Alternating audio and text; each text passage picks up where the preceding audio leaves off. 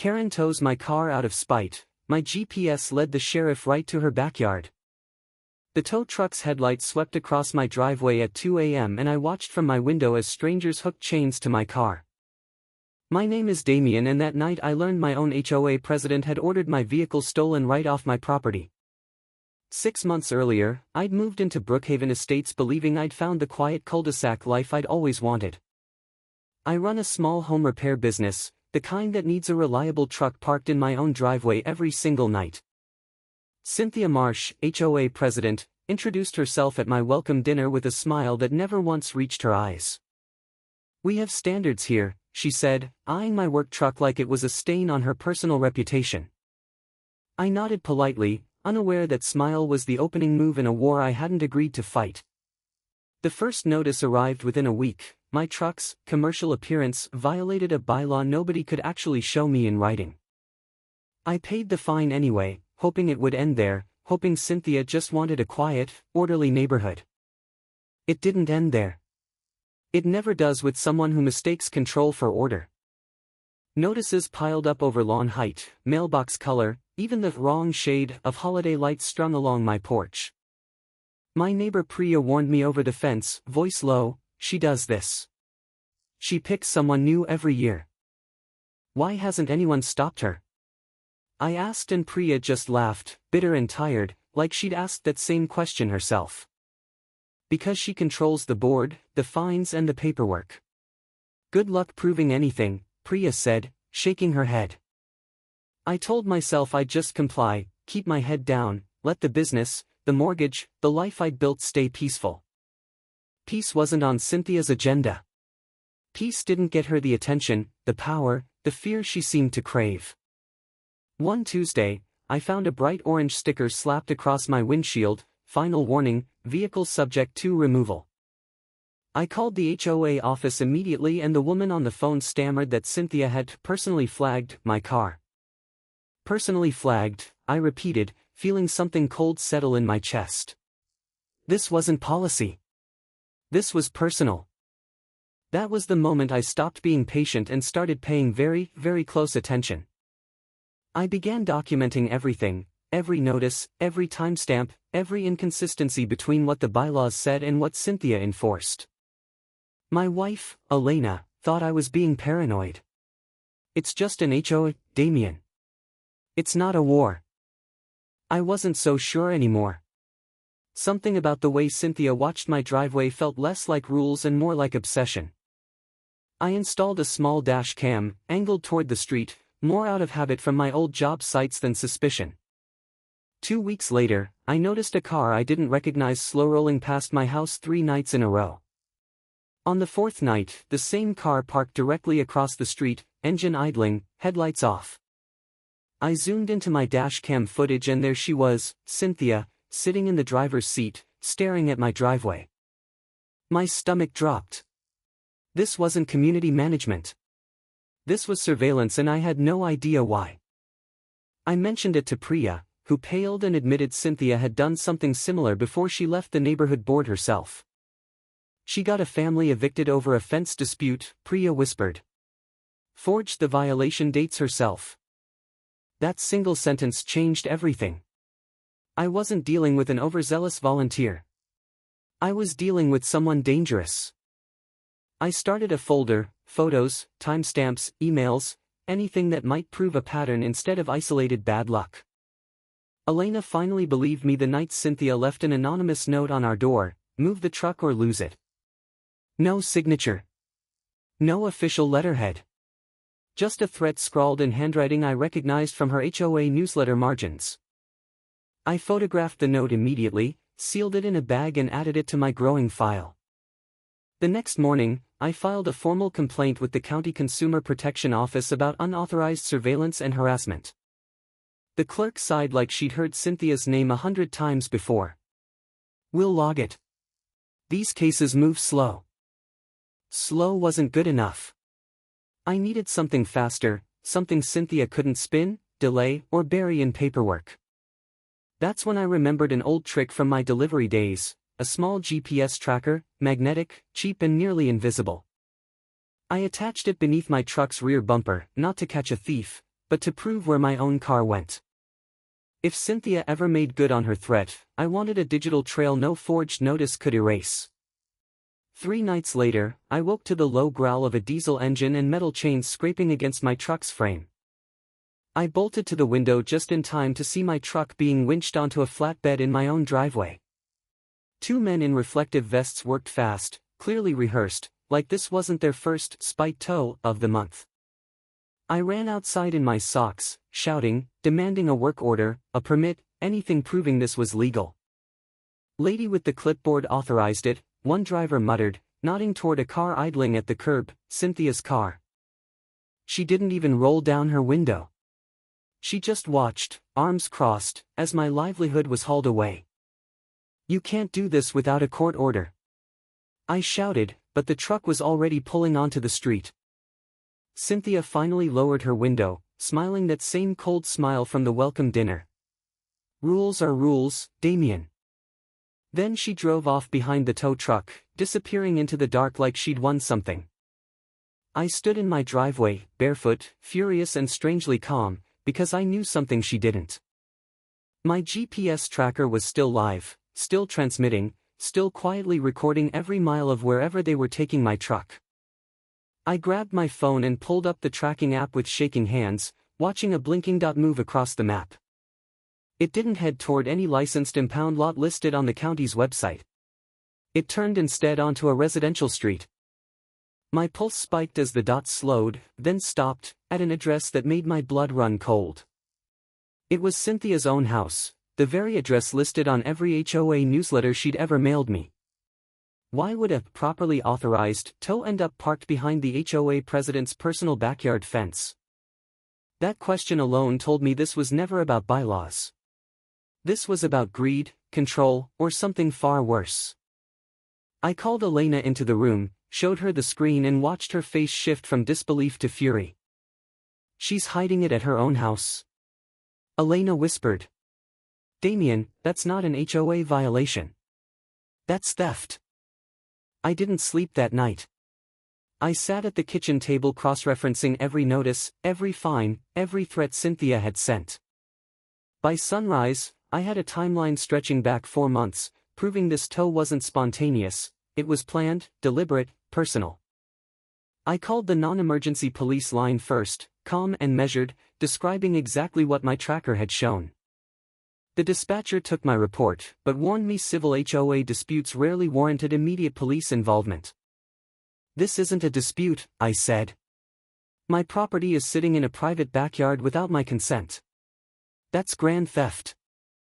She paused, then transferred me to a detective who actually sounded interested the moment I mentioned the GPS coordinates. Detective Ruiz asked me to email the tracking data immediately, along with photos of the tow, the note and the notices. If this checks out, he said, we're not just talking about a tow dispute. We're talking about a pattern. A pattern. That word echoed in my head all day, because Priya had used it 2 weeks earlier. I called Priya that afternoon and this time she agreed to something she'd refused before, going on record. I have photos from my own eviction fight, she admitted. I never showed anyone because I was scared of retaliation. We agreed to meet that evening, quietly, away from the neighborhood, to compare notes before anything went further. What Priya handed me over coffee changed the entire shape of the fight I thought I was having. Her photos showed a different tow truck company logo, one that didn't exist in any state licensing database. They towed my car during my eviction dispute too, she said. It vanished for 3 days before magically reappearing. 3 days. Enough time to strip parts, swap plates, or lose a vehicle in an insurance shuffle. I felt sick. This wasn't a control freak HOA president anymore. This was something organized, something criminal, something bigger. That night, Detective Ruiz called back, voice tighter than before. The tow company on your paperwork isn't licensed in this county. So who towed my truck? I asked, though part of me already feared the answer. Unlicensed operators, working under a business name that traces back to a residential address, he said. Your neighbor's address. The floor seemed to tilt beneath me. Cynthia hadn't just abused HOA power, she'd built an illegal towing operation. I thought of every neighbor who'd ever complained about a randomly towed car and never gotten answers. Priya's stolen 3 days. My own truck vanishing into a backyard instead of an impound lot. It all connected now. Detective Ruiz asked me not to confront Cynthia directly, warning that spooking her could mean losing evidence fast. "Let us build the case," he said. "You've already given us more than most victims ever managed to gather." Victims. Plural. That single word told me I wasn't Cynthia's first target and I wouldn't be her last unless this ended. I forced myself to act normal at the next HOA meeting, sitting quietly while Cynthia lectured about community integrity. She looked directly at me while saying it, like she expected fear, like she expected me to fold. Instead, I smiled back, calm and pleasant, because for once, I knew something she didn't. After the meeting, she cornered me near the parking lot. "I hope you've learned your lesson about compliance." "I've learned a lot lately," I said, keeping my voice light. "You'd be surprised how much." Her eyes narrowed slightly, a flicker of doubt breaking through that perfect, practiced confidence. I walked away before she could press further, my heart pounding, adrenaline masking itself as calm. 2 days later, Detective Ruiz requested a search warrant based on the GPS data and Priya's supporting testimony. A judge signed off within 24 hours, faster than I expected for what still looked, on paper, like a parking dispute. "Your tracker gave us exact coordinates and timestamps," Ruiz explained. "That's hard evidence, not hearsay. Judges move fast on hard evidence." I felt a strange mix of vindication and dread, knowing whatever happened next couldn't be undone. Elena squeezed my hand across the kitchen table. "You did this the right way, Damien. Quiet, careful, documented." "I just wanted my truck back," I admitted. "I never expected to uncover something this big." But sometimes the smallest injustice is just the visible edge of something much larger hiding underneath. The morning of the search warrant, I watched from my porch as 3 unmarked cars rolled slowly down the street. They stopped, not at the impound lot Cynthia claimed to use, but directly in front of her own house.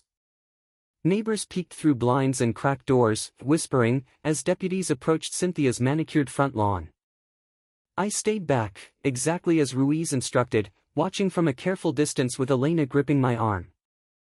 Cynthia answered the door in a silk robe, confusion quickly curdling into panic as badges were raised. "There's been some mistake," I heard her say, voice pitched higher than her usual commanding tone. "No mistake, ma'am," a deputy replied. "We have a warrant to search this property, including the backyard structures." My truck's GPS had done exactly what I hoped, turned suspicion into probable cause and probable cause into a warrant. Deputies moved around the side of the house and within minutes, radios crackled with confirmation. My truck sat there, partially stripped, tires swapped, tucked behind a tarp in her fenced backyard. But it wasn't alone. 3 other vehicles sat under similar tarps, none of them registered to Cynthia at all. One deputy read off a VIN number that matched a car reported stolen from 2 towns over, months earlier.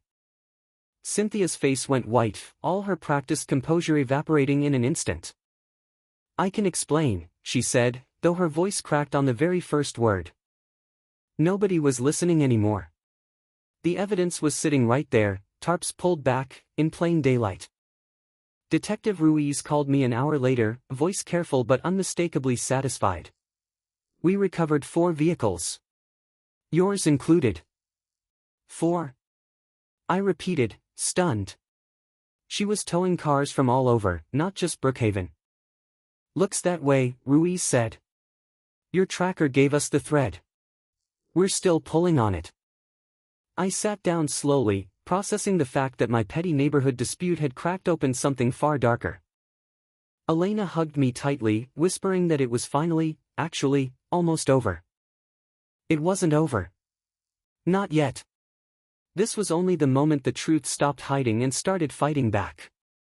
Word spread through Brookhaven faster than any HOA newsletter Cynthia had ever mailed. Neighbors who'd stayed silent for years suddenly found their voices, dropping by with stories eerily similar to mine. One man described a voluntary donation Cynthia demanded to avoid a fabricated landscaping violation. A retired teacher recalled being fined for a mailbox color that matched 3 other houses on her own street. Priya organized an informal meeting at her house and nearly 20 residents showed up within an hour. "We should have compared notes years ago," someone muttered, and the room fell into uncomfortable, guilty silence. I realized then that Cynthia's power had never come from the bylaws, it came from isolation, from silence, from fear. Detective Ruiz asked several of us to submit written statements, building what he now called a pattern of extortion. Extortion. A word far heavier than difficult neighbor or control freak, and far more accurate too. Cynthia, meanwhile, hired a lawyer and tried to spin the story at an emergency HOA session. "This is a misunderstanding," she insisted to the packed room. "I was simply storing vehicles for a friend's business." A friend's business with no license, no paperwork, and one recovered stolen vehicle. Nobody in that room bought it. Priya stood up, voice shaking but clear. "Was I your friend's business too, Cynthia? When my car vanished for 3 days?" The room erupted into murmurs, and for the first time, I watched Cynthia truly lose control of a meeting. She tried to regain composure, tapping her gavel, but nobody quieted down anymore. "You've been fining us, threatening us, towing our cars for your own profit," someone shouted from the back.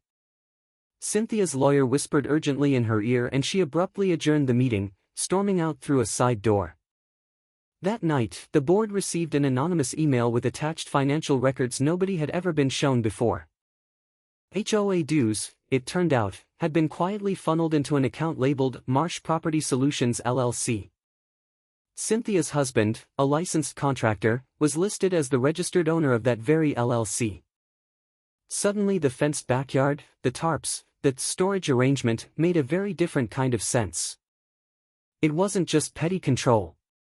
It was a business, built on stolen cars and skimmed community dues.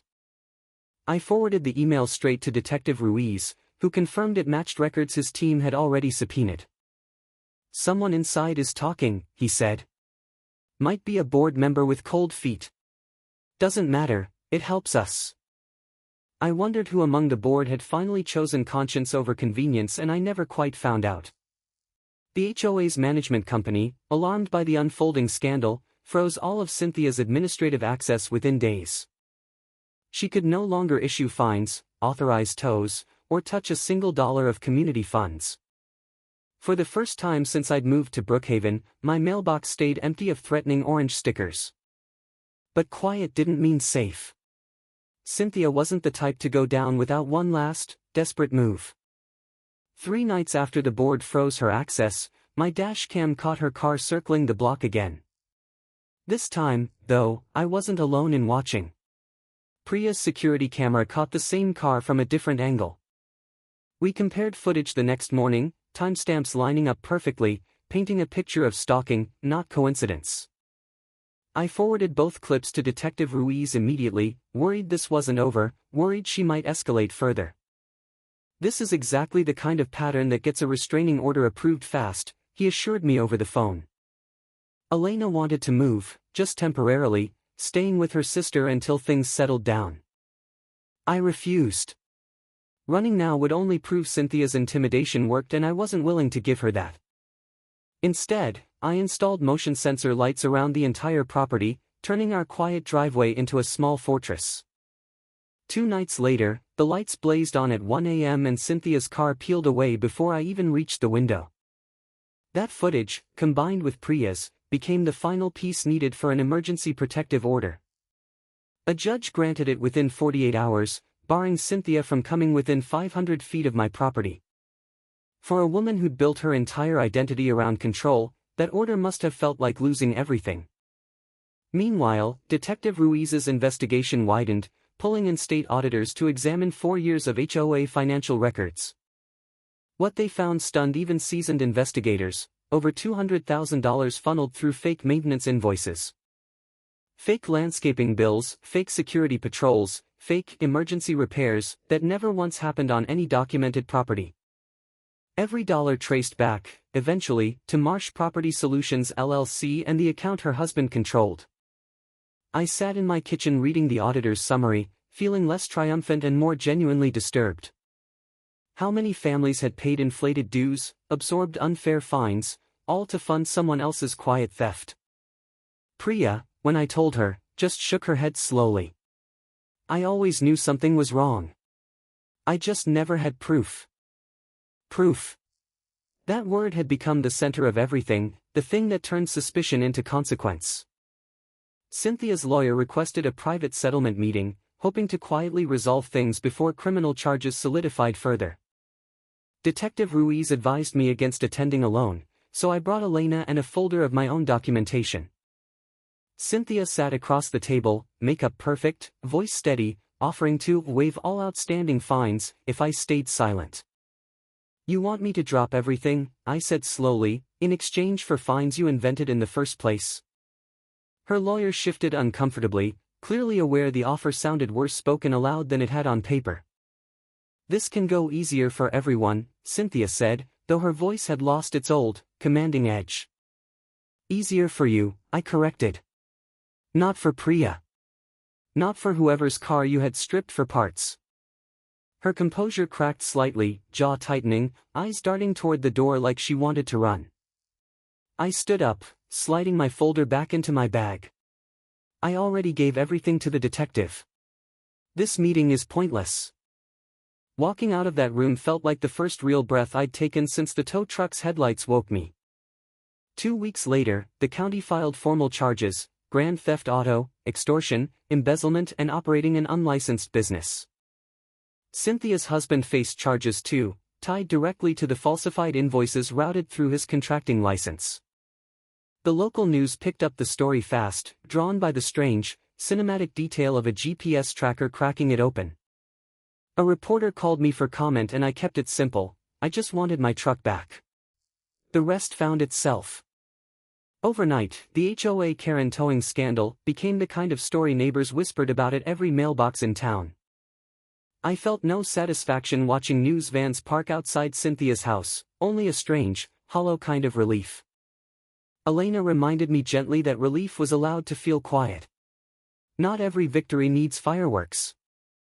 The HOA board, scrambling to save face, held an emergency election, stripping Cynthia of her position entirely. Priya, of all people, was nominated as interim president, and this time, she accepted without hesitation. Somebody has to make sure this never happens again, she told me, and I believed every word of it. Meanwhile, prosecutors built their case using my tracker logs, timestamps, dashcam footage, and Priya's old photographs. Detective Ruiz called it one of the cleanest paper trails he'd seen in a residential fraud case in years. Most victims give up before they document enough, he said. You didn't. That mattered more than you know. I thought about every night I'd stayed up cross-referencing notices, wondering if I was overreacting. Turns out, paying close attention wasn't paranoia. It was the only thing that eventually stopped her. Cynthia's arraignment date arrived on a gray Tuesday morning and half the neighborhood showed up to watch. She walked in wearing a modest cardigan, nothing like the polished HOA uniform she once wore to every meeting. The judge read the charges aloud and I watched her spine straighten, defiant even now, even here. Not guilty, her lawyer stated, though nobody in that courtroom believed it, not with evidence this deep. A trial date was set months out, but bail conditions barred her from any HOA-related role permanently, effective immediately. That single sentence, permanently barred, felt like the first real crack in her armor of control. Outside the courthouse, reporters swarmed, but Cynthia said nothing, hurrying past cameras with her lawyer shielding her face. I stood at the edge of the crowd, Elena beside me, feeling strangely calm amid all the noise. It's really happening, Elena said softly. She's actually losing. She already lost, I said. The moment that GPS dots stopped at her backyard, this was over. In the weeks that followed, more victims came forward, emboldened by the news coverage and Cynthia's public unraveling. A young couple 2 streets over described being fined into near bankruptcy over a shed that predated their purchase. An elderly widow admitted she'd sold her late husband's classic car cheap, just to avoid another threatened tow. Each new story added weight to the prosecution's case, painting a portrait of years of quiet, calculated cruelty. Detective Ruiz told me privately the total damages might exceed $500,000 once every victim was counted. $500,000, extracted one fake fine, one stolen car, one frightened homeowner at a time. I thought about how close I'd come to just paying, just complying, just letting it go like so many others had. If I had, my truck would still be sitting behind her fence, one more quiet theft nobody ever noticed. The trial, when it finally began, moved faster than expected, the evidence simply too overwhelming to stretch out. My GPS logs were entered as Exhibit A, the literal digital breadcrumb trail leading straight to her backyard. Her defense tried arguing entrapment, claiming I'd somehow lured the tow by parking my truck normally in my own driveway. The judge dismissed that argument almost as fast as it was raised, visibly unimpressed by the reach of it. Priya testified next, describing her own vanished car, her own 3 silent days of unanswered questions. Then came the auditor, laying out spreadsheet after spreadsheet of falsified invoices routed through Marsh Property Solutions. Cynthia sat rigid throughout, occasionally shaking her head, as if disagreement alone could rewrite the numbers. Her husband took a plea deal midway through, agreeing to testify against her in exchange for a reduced sentence.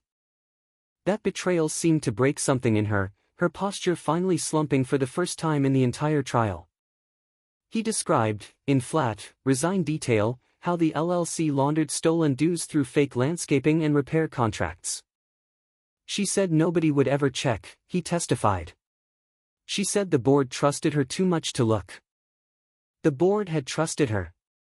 That was the twist beneath every twist, her power was never enforced, only assumed. Closing arguments came quickly after that, the prosecution needing little embellishment given the mountain of evidence. This wasn't about lawns or mailboxes, the prosecutor told the jury. This was theft, dressed up as community order. The jury deliberated for less than 4 hours before returning with guilty verdicts on every single charge. Cynthia's face didn't change much, as if some part of her had already accepted this ending long ago. Restitution to every documented victim and 8 years, with a chance of parole after 4. Her husband received probation and community service, his cooperation buying him a far gentler outcome. I sat in the courtroom gallery, Elena's hand tight in mine, watching the woman who'd once terrified a neighborhood led away. Outside, Priya hugged me tightly, tears in her eyes. It's finally, actually over. We're finally free of her. My truck, fully restored through the insurance settlement, sat back in my driveway looking almost new again. But some things didn't repair so easily. Elena and I had spent our savings on legal fees no restitution could fully cover. Trust, too, took longer to rebuild. I still checked my dashcam footage most mornings, out of habit now, not fear. Brookhaven changed under Priya's leadership, transparent budgets, published bylaws and fines that actually needed real evidence. Some nights I still think about how close I came to just paying that first fine and staying quiet forever. One small GPS tracker, meant only to protect a work truck, ended up exposing years of hidden theft and cruelty. Justice came, finally, but it came late and it came at a cost none of us will ever fully forget.